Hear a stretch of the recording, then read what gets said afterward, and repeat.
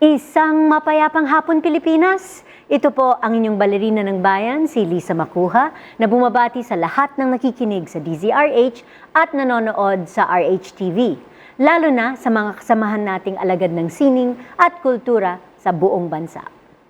Una sa lahat, nais namin kayong batiin ng maligayang Pasko ng pagkabuhay.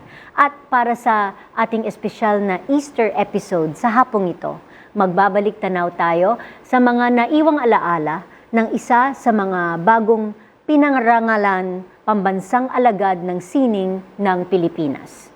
With a colorful career that spanned almost 6 decades, hinirang siya bilang Dean of Filipino Cartoonists at itinuring na isa sa mga naging haligi ng commercial design at visual communications sa ating bansa.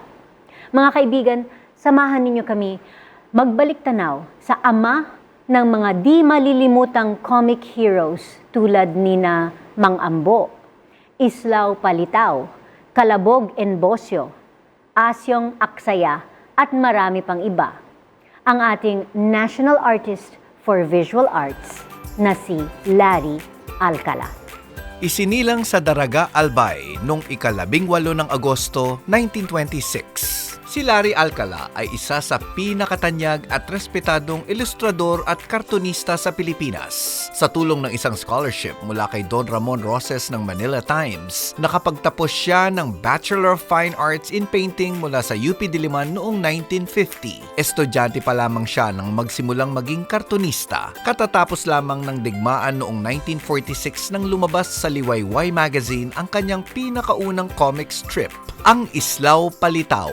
Nang sumunod na taon, inilunsad naman niya ang Kalabog and Bosyo sa Filipino comics. Mula dito, dumami pa ang kanyang mga sikat na comic characters na hindi lamang pinagmula ng aliw at kasiyahan, kundi naging salamin din ng isyung panlipunan. Ilan dito sina Asyong Aksaya, Siopaw Man, si Mang Ambo, si Congressman Kalug, ang Small But Terribles, Snicker Teens at iba pa. Siya rin ang may katha ng tanyag na seryeng Slice of Life na inabangan ng madla mula nang magsimula ito sa Sunday Tribune noong 1980 hanggang sa matapos ito sa Philippine Star noong 2002. Bukod dito, naging profesor din siya sa University of the Philippines mula 1951 hanggang 1981.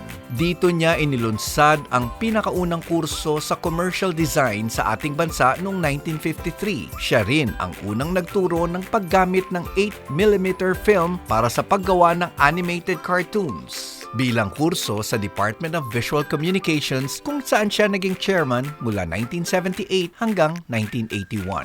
Pinarangalan bilang Dean of Filipino Cartoonists ng Philippine Board on Books for Young People o PBBY. Si Larry Alcala ay nakapag-iwan sa atin ng mahigit sa 500 cartoon characters, 20 comic strips, 6 na pelikula, 2 murals, at mahigit na 15,000 pahina ng illustrations sa loob ng halos 6 na dekada bilang alagad ng sining. Malaki rin ang kanyang naging bahagi sa paglikha ng mga organisasyong tulad ng Samahang Kartunista ng Pilipinas at ang Ilustrador ng Kabataan.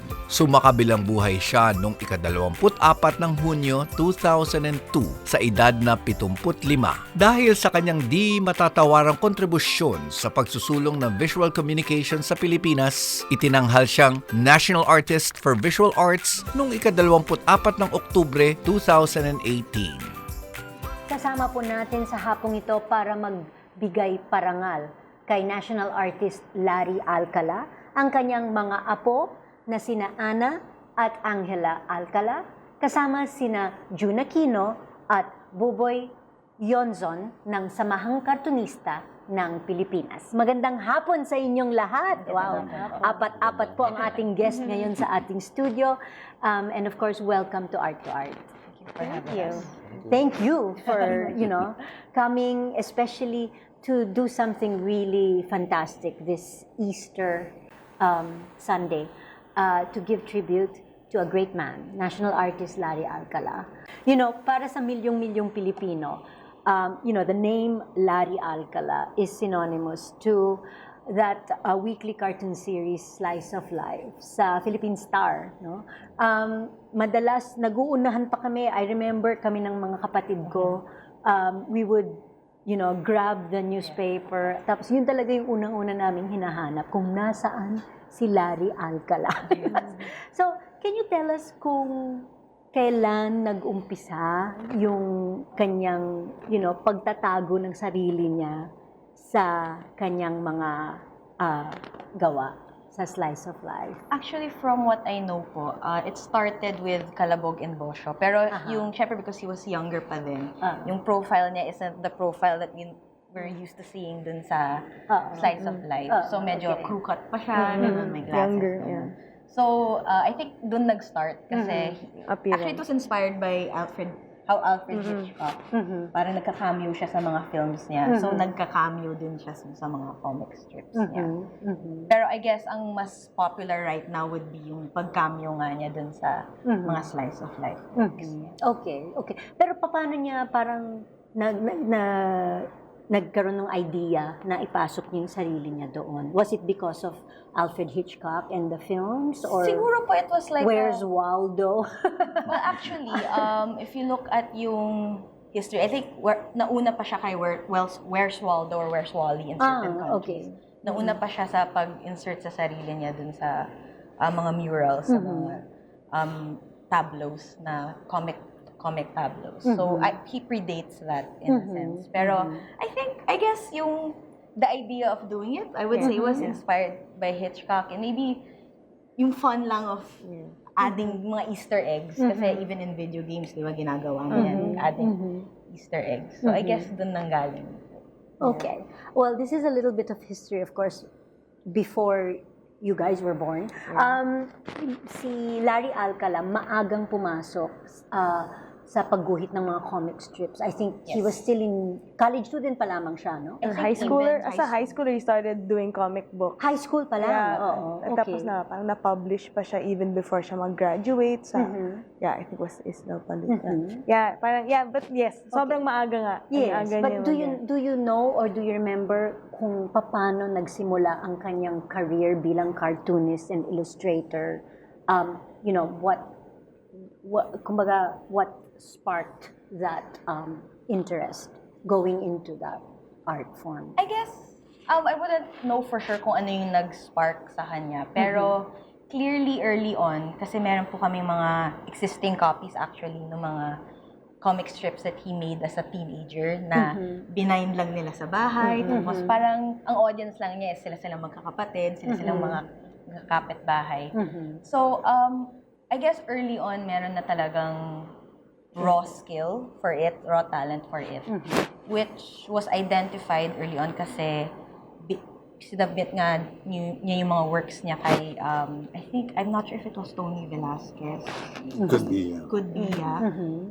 So parang because of that, naging published artist siya sa Liwayway early on, even before college. And I think it's what prompted Ramon Roses to give him a scholarship that allowed him to study fine arts sa UP. Okay, June and Buboy, you guys are so quiet there. Ladies first. Mas maraming alam yung ako. So para naman sa kaalaman ng mga kabataang nakikinig ngayon, alin sa tingin ninyo ang tatlong pinakamahalagang comic strip series na ginawa ni Larry Alcala? And of course, why? Siguro ako muna. Yung Asyong Aksaya. Asyong Aksaya. Kasi dito tinuturuan tayo magtipid saka yung Which style. is like very, very relevant now, no? Ibang klase ang pagiging Asyong Aksaya ni yung karakter na yan Hindi ko alam kung saan niya kinuha o hinugot yung karakter na yun. Kaya hanggang ngayon, kung sana ma-revive yun, maraming matutunan yung mga bata natin, yung mga millennials. Kaya sana one day, ma-revive ulit.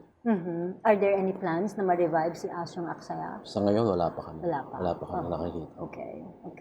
Well, we're asking for 3. So, what are the other 2? Isa siguro yung Kalabog and Bosyo because parang breakthrough work yan dun sa Filipino comics before. So, kasi parang yun, dahil iba-iba yung istorya bawat week. Iba-iba rin yung characters, expanding characters. So, napakaganda nung adventure nung dalawang ito. In fact, that was supposed to be made into animation film feature. Kaya lang siguro because of financial constraints, hindi siya matuloy-tuloy. But, iba, sino ba to? Si Tony Tuviera, I think, bought the rights to it. Kaya lang, I don't know, but hindi pa rin matuloy. No, ano pa yung Siopaw Man, no? Siopaw Man. Siopaw Man. Yun yung mga talagang natatandaan mo, no? For your, kasi maganda rin yun. And I think that also bought for a film. Si Tony Gloria bought the rights to it. So, maraming plano na talagang expand yung mundo ng gawa ni Larry Alcala into animation. And I hope it happens. Still happens. So. Okay. So in retrospect, ano yung mga naging paborito niyang paksa o tema sa kanyang mga comic strips? Was he really into like social commentaries, anong mga isyung panlipunan na tinatalakay niya doon?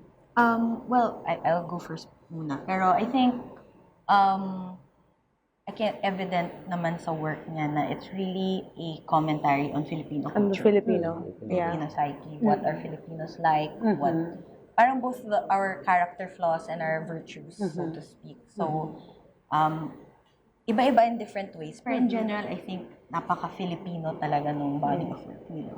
Which is why I like Mang Ambo in particular, kasi his characterization of Mang Ambo and well, it applies to all other comic books, but particularly with Mang Ambo, it's all about really how the Filipino takes his life lightheartedly, but also goes through a lot in his little barrio. So, and they're not like, the others are more like they have a lot of themes, but I think the Mang Ambo series is just about Filipino life. And I think that's a microcosm of what he really did with his work. It's really to represent the Filipino, the family, making you part of the Filipino family. And I guess that's why people resonate so much with the Filipinos, is because it's so reflective of what we are in a simple story. Yeah. So, but yeah, that's what it's about. Well, speaking about family, what was he like as lolo, or as a father and as a grandparent? Actually, I don't know if it's the same with you, pero ang memories ko of Lolo talaga, behind his work desk. Yeah, dun sa I was office gonna niya say sa that Manuana, also, yeah. So, studio niya kasi ang setup is, nandun sa gitna yung desk niya, tapos may little fridge siya, na parang may pag tsokolate. dumadating kami, Dumating, may tsokolate siya. dibs on what's Yeah. inside. And then, lined with cassette tapes of Frank Sinatra. And records. Oo, Records of Frank Sinatra. Super big Sinatra. okay. So, Para yung only image I had, the most permanent image I had of him growing up was yung drawing table niya and the lamp that came out from it, and then Frank Sinatra playing. And that was all. That's most of the In a image. cloud of smoke. Yeah, in a cloud of smoke, and that's all. Most of what I remember. Well, when he lived in in the village, yeah. and But, syempre, like, at every opportunity, he's there to treat us to dinner, dinners out with the family. So, doting lolo, very quiet man. Very quiet man. I think a lot of people will attest na super tahimik niya sa person, di ba? Super suplado. Suplado ba siya? Hindi. Tahimik lang. Tahimik lang siya. Or may pagka, lang siya, introvert? And actually, he was hermit. misunderstood in that way because he was really he didn't want. It wasn't that he was antisocial. It was more of he enjoyed being in the background, observing people, so he can later on write stories about them. And I think, material. and I lagi think siyang nagre-research. yeah, and I think that's why his work is so real because it's based on real. And that's what touches our hearts more. Okay. Yeah, but yeah, very observant. But did he have any, like, say, like, activity or hobby outside of his drawing and his cartoon, He was a cartoons? jazz guitarist. I mean, Okay. kasi nung growing up, Yeah, sila magkakapatid, meron silang combo. Term combo dates it. Yeah, pero ito during the war kasi ito. Yeah, so, in the war they had to Yan. be a combo to but he's also a photographer. He's delved into a lot of other arts. Okay. Yeah, but he's also a good photographer. And apparently cooks really well or some or well. Champurado. Yeah, syempre, that one, yeah. No, kasi he used to do, kasi barkada sila ng father ko. My father's Yonzon, sila Malang. And they used to play a lot, domino, poker in the house. But, Larry's so busy. Iba talaga siya. Parang talagang 24/7 cartoonist. So, kahit na naglalaro siya dati ng poker, nagdo-drawing siya dun sa kabila, parang gano'n. So, di ba? So, ako naman bata pa noon, ang ginagawa ko, tiga-itim lang ako ng mga ano, parang mga... So, yun I think. And also because yung nabanggit mo na rin, he's a music lover. So, marami siyang collection ng vinyl. I hope you still have them. Yeah, Yeah. Okay. Yeah. So, did he ever learn to use the computer for his artwork, or was he old school na talagang pen and paper? Or I remember during the latter years, ang parang ang naging system was, Lola would do it the way he always did it, pen and ink on paper. Tapos, scan ni Lolo to send the Good line art, image to my dad. Tapos siya po yung magsa-separate to black and white and color. And yun yung files na isa-send sa each paper. But I think himself, like, parang he had to stay true to the medium, I think, because it wouldn't, For a time, he was sending his strip from Negros. Opo, yes. Fax na fax. Fax pa no, kaya pakikita mo yung parang may mga, di ba, sira because of his time. So, kailangan pang touch up. But he always worked from home. Yes. No? He always worked from home. Okay. So let's talk about his comic book characters. Marami siyang mga naisalin nga sa pelikula, sa telebisyon, advertising campaign. So which ones were the most memorable, and sino yung mga artistang gumanap? Can you just give us a short rundown of that? Yun ba? Tandaan natin si Dolphy and Panchito sa Kalabogan Bosyo. Yeah, Dolphy and Panchito. Image na nakikita ko lagi sa character niya. Saka si Chiquito. Sa Asyong Aksaya. Si Chiquito was Asyong Aksaya. Okay. Meron pa bang iba? Sa Tipin yata, pero I don't know who the actor is. Tipin was a teenager. So yung yung travels niya as a young girl. But I forgot who appeared in that. Okay. So, last September, was it, nagkaroon kayo ng isang tribute show para kay National Artist Larry Alcala sa UP College of Fine Arts? It was organized by the Samahang Kartunista ng Pilipinas. So, can you tell us more about that exhibit?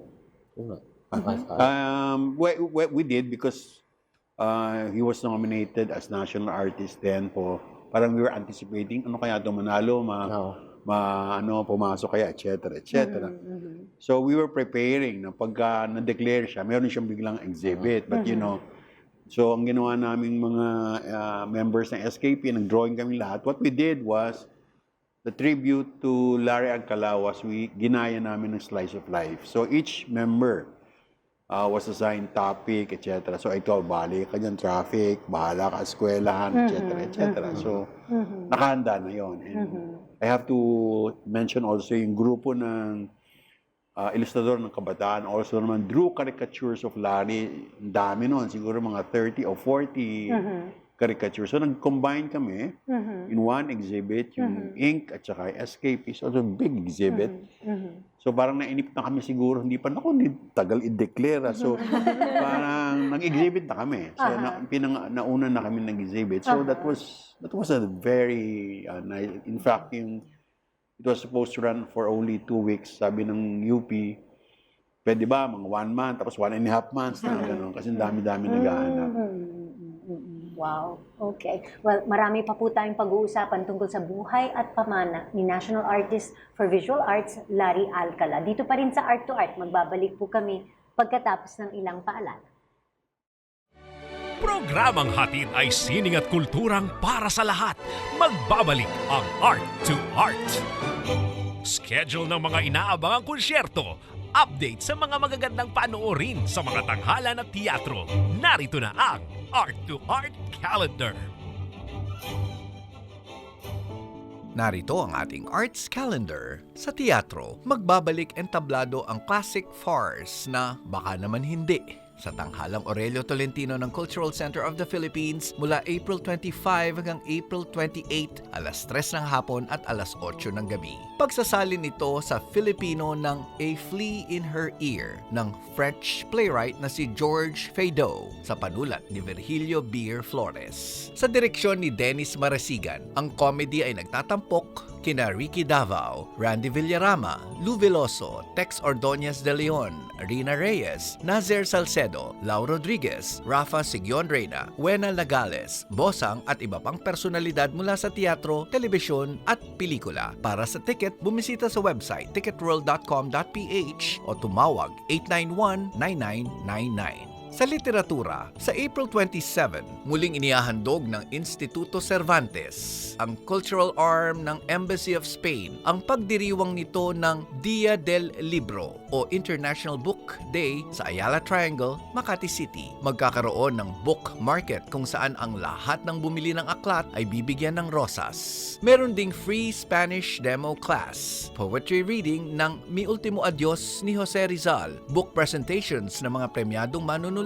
food fair na nagtatampok ng Spanish cuisine at concert na pinamagatang Posporos, kung saan magtatanghal ang mga independent Filipino at Spanish musicians. Para sa karagdagang detalye, bumisita sa website manila.cervantes.es o sa Facebook page na Instituto Cervantes Manila o kaya tumawag 526-1482. Sa musika, inihahandog ng President's Committee on Culture ng Far Eastern University ang FEU Bamboo Band sa concert na pinamagatang A Toast to Broadway, May 4, alas 6 ng gabi sa makasaysayang FEU Auditorium. Ang FEU Bamboo Band ay binubuo ng mga mag-aaral mula sa iba't ibang institutes ng naturang pamantasan sa ilalim ng artistic direction ni Norberto Cads. Tampok sa concert ang musika mula sa kilalang palabas tulad ng Phantom of the Opera, Mamma Mia, Wicked at Les Miserables na tutugtugin gamit ang mga bamboo instruments. Panauhing mang-aawit sina Raymond Gorospe at Banawi Miklat Jansen. Libre ang concert at maaaring mag-download ng ticket mula sa website na tickettome.net. Para sa karagdagang detalye, bumisita sa Facebook page na FEU President's Committee on Culture o sa website facebook.com/FEUPCC o kaya tumawag 849-4145. Usapang sining at kultura para sa lahat. Kasama ang balerina ng bayan, si Lisa Macuja. Art to Art. Kasama pa rin natin para magpugay kay national artist Larry Alcala ang kanyang mga apo na sina Ana at Anghela Alcala, kasama sina June Aquino at Buboy Yonzon ng Samahang Kartunista ng Pilipinas. Okay, so meron pala akong picture na kasama si national artist Larry Alcala. Excuse me lang. In fact, naalala natin to during the commercial break that in 1991, magkasama kami, ang DNR nag-organize ng isang parang excursion sa Palawan ng mga artists. Kasama ko si Ryan Cayabyab, dating senator, si Lauren de Garda,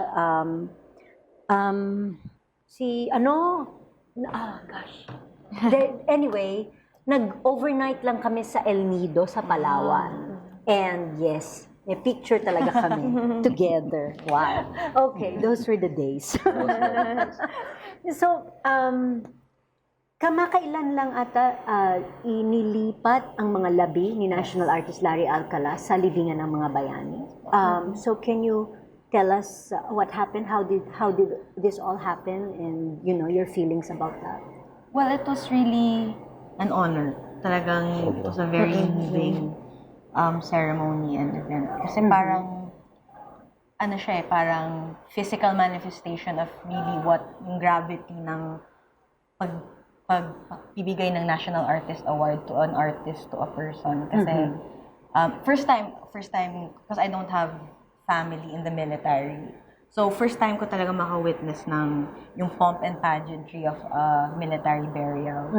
So for me personally, na-move lang talaga ako kasi parang he was given a place alongside heroes alongside men and women who literally gave their lives for the country. So para siyang proof really na lahat tayo may capabilities of really contributing to our country and doing something that can really not just make our fellow countrymen proud, but really contribute to the country.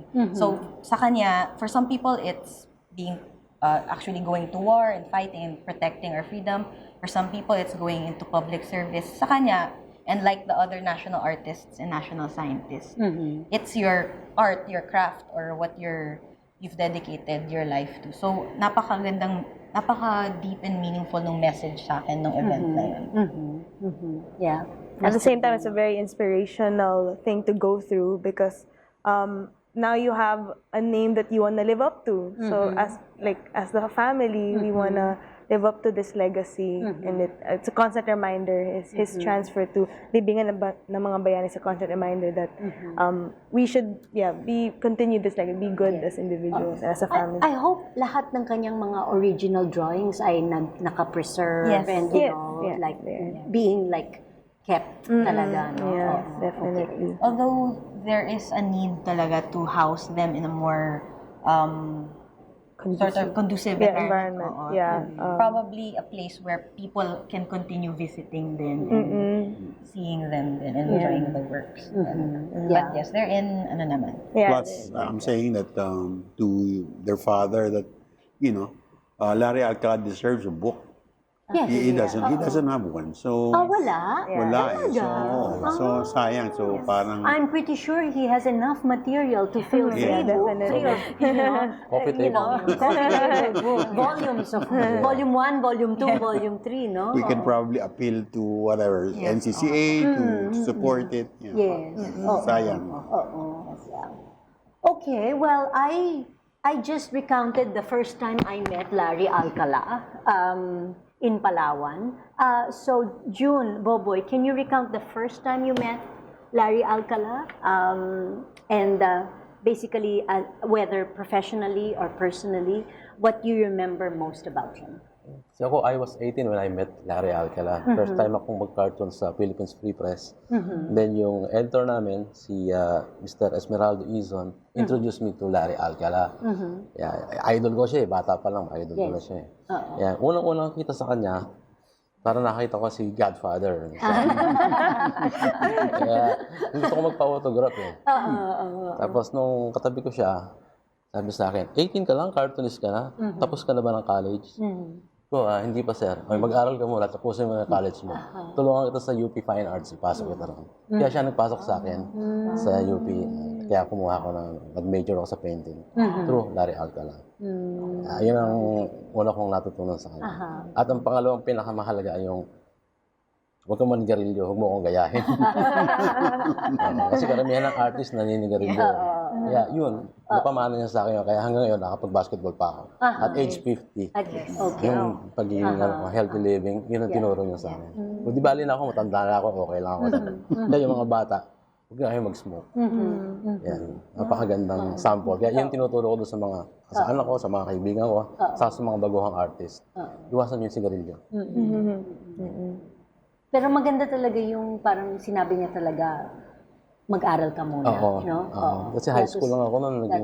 May talent na ako sa art, pero hindi ako tapos sa college. Nag-work na agad ako kasi kailangan ko makaipon. Siya talaga nag-push sa akin, makatapos ka. Makita mo talaga yung values. Laging may time sa pag-aaral. Hindi pwedeng busy.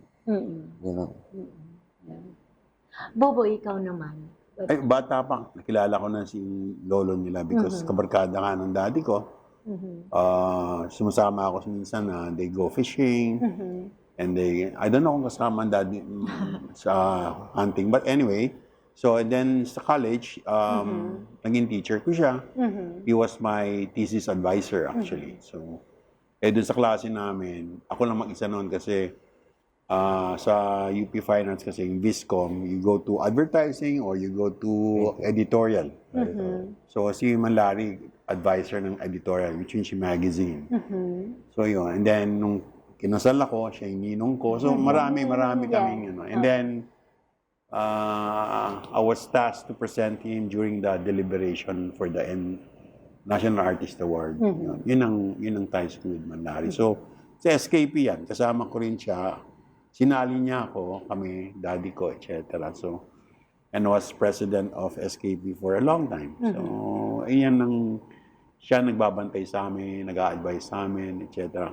Nasa likod nga lang siya tahimik, pero pag gusto niya magsalita, lalabas yung boses niya. So what was he like as a teacher and mentor? Was he strict? Was he...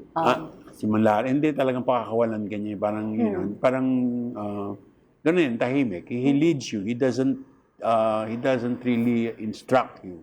Parang he tells you this, to do that. Siguro malalaman niya kung ano yung potential mo, dun ka lang niya ibibigay. No? Kasi dun din ako tawag nito. For college, what do you call that? When you pag-graduate ka na? No. Yung summer ek-ek. Internship. Yeah, internship. I like that. Summer ek. Cartoon din, ha? So Weekly Nation. That was the magazine. Dun mo makikita yung isang aspect ni Larry Alcala when he did, kasi he was assigned to do the editorial cartoon. So yun yung medyo matapang side ni Larry. Kasi karamihan ng ginagawa niya yung comic strips which are funny. But dun sa editorial cartoon na yun, and Weekly Nation, dun siya gumagawa ng editorial. Dun yung parang talagang political comment yung lumalabas. Okay. Kailan ba siya nag-retire from the comics industry? Actually, he kept working until his... Until really? he died, yeah. So technically he did not retire No. at all. Probably from teaching, yes. But from drawing cartoons, which was actually the main bulk of his work, he never retired. Okay. But would he draw just for personal pleasure? Well, I guess I wouldn't know for sure, but I think he really enjoyed din naman kasi what he was doing. So even though it was his means of livelihood, meron talagang gustong-gusto rin niya yung ginagawa. 24 hours. Yes. Kayo din ba mahilig mag-drawing? Did it go down the gene pool? Well, she in particular, tsaka isa naming sister, sila po yung nag-fine arts. Okay. So sila yung talagang sort of inherited. Yeah, it was always there. Like I don't know. Apparently, we were never influenced to start drawing, but we just ended up drawing. I don't know. It's probably true in the gene pool. Okay. So much that I actually never knew that he founded Viscom.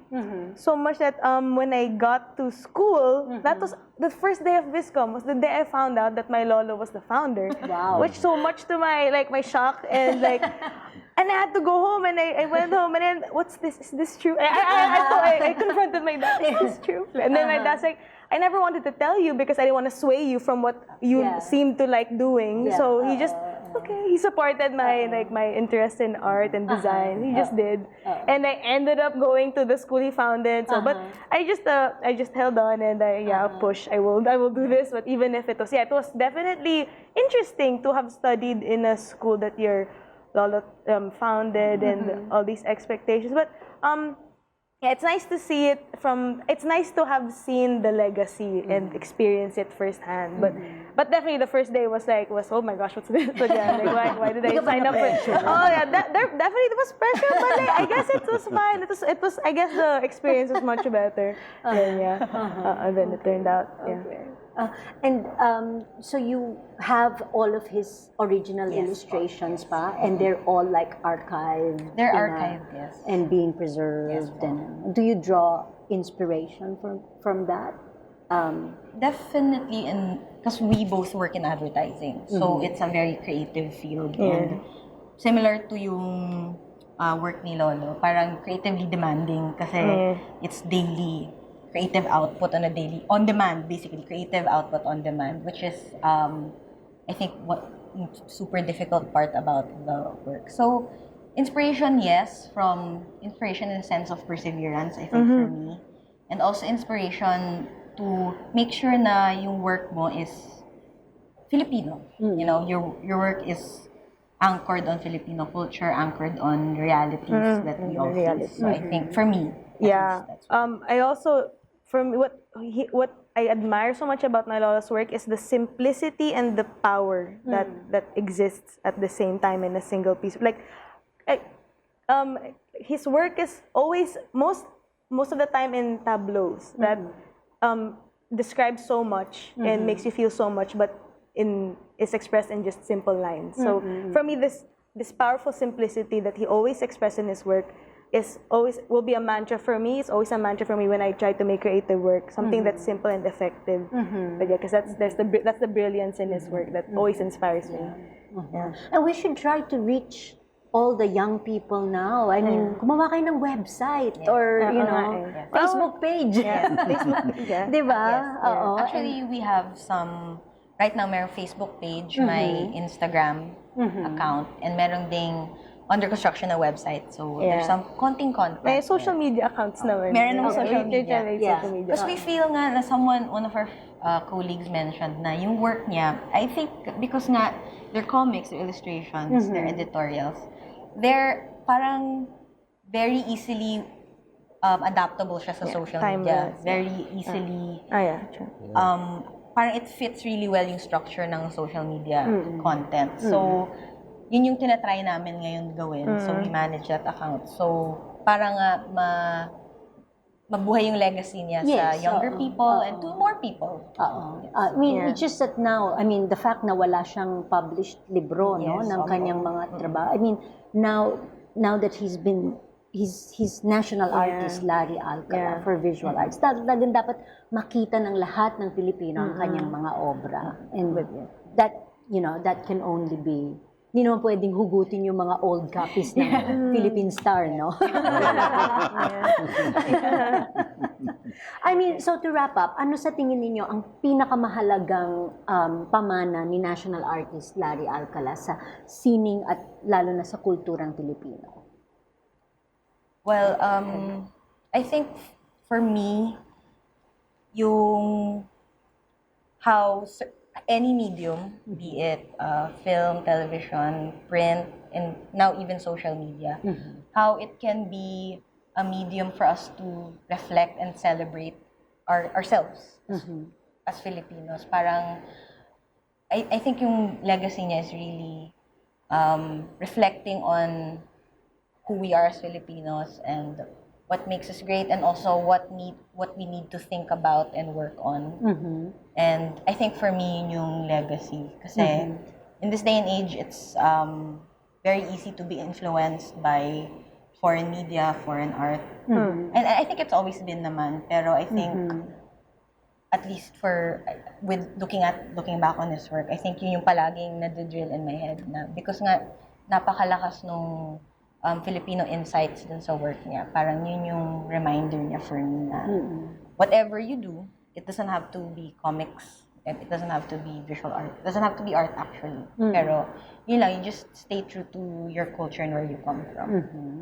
Okay, fantastic. June, Buboy, do you have anything to add Siguro to yung that? ano lang, what it meant when he became national artist. No? Parang you elevate cartooning into, it becomes part of what we used to call as the fine arts. No? Dati kasi hindi eh. Parang when you look at it, as an